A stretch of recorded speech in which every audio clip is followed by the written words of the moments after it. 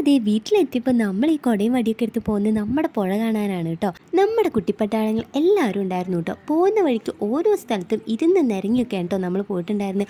ഒരു സ്ഥലം ഞങ്ങൾ വെറുതെ വിട്ടിട്ടുണ്ടായിരുന്നില്ല. അഞ്ചുമാണ് കേട്ടോ നമ്മുടെ ടീമിനെ നയിക്കുന്നത്. അതുകൊണ്ട് അവൾ ആ നടത്തത്തിലടക്കം അതിൻ്റെ ഒരു ഗെറ്റപ്പ് ഉണ്ടായിരുന്നു. കുറച്ച് നടന്നപ്പോഴേക്കും നമ്മുടെ കുട്ടീസൊക്കെ ക്ഷീണിച്ചിട്ടുണ്ടായിരുന്നു കേട്ടോ. പിന്നെ ഇതേ പാറപ്പുറത്തൊക്കെ ഇരുന്ന് ഒന്ന് വിശ്രമിച്ചിട്ടാണ് കേട്ടോ നമ്മൾ പോയിട്ടുണ്ടായിരുന്നത്.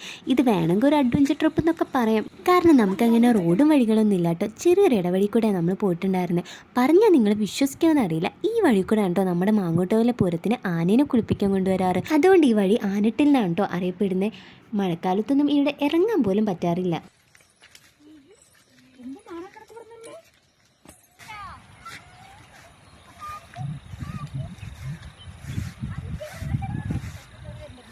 ഇങ്ങനെ നമ്മൾ നമ്മുടെ സ്പോട്ടിലെത്തിയിട്ടോ. നല്ല അടിപൊളി പ്ലേസാണ്.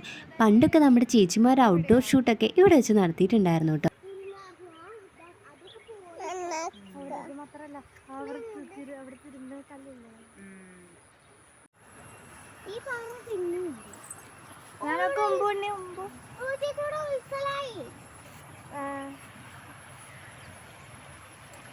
കുട്ടികൾ ഇതേ പിന്നെ വെള്ളം കാണാത്തവരെ പോലെ ആയിരുന്നു കേട്ടോ. പിന്നെ അവരുടെ ടൈമായിരുന്നു. അവർ നന്നായിട്ട് എൻജോയ് ചെയ്തിട്ടുണ്ടായിരുന്നു. പിന്നെ ഇത് ചെറിയൊരു ചാറ്റൽ മഴ ഉണ്ടായിരുന്നു കേട്ടോ. പക്ഷെ നമ്മളതിലൊന്നും പതറിയിട്ടുണ്ടായിരുന്നു. അങ്ങനെ ഇതേ കുറേ നേരം പുഴയുടെ ഭംഗിയൊക്കെ ആസ്വദിച്ചിരുന്ന ഒരു ചെറിയ ഫോട്ടോഷൂട്ടൊക്കെ കഴിഞ്ഞിട്ടാണ് കേട്ടോ നമ്മൾ പോയിട്ടുണ്ടായിരുന്നത്. ഇപ്പം അതേ എൻ്റെ ബാക്കിൽ കാണുന്ന ആ മുതലാണ് കേട്ടോ നമ്മളെ കഥയിലെ വില്ലൻ.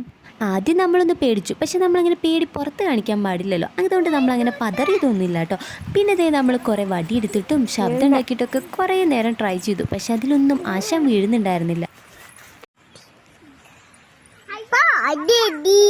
അങ്ങനെ ഫിദപ്പിന് ഞങ്ങളെല്ലാവരും എല്ലാ അടവുകളും പുറത്തെടുത്തിട്ടും ആൾക്കൊരു അനക്കം ഉണ്ടായിരുന്നില്ല കേട്ടോ.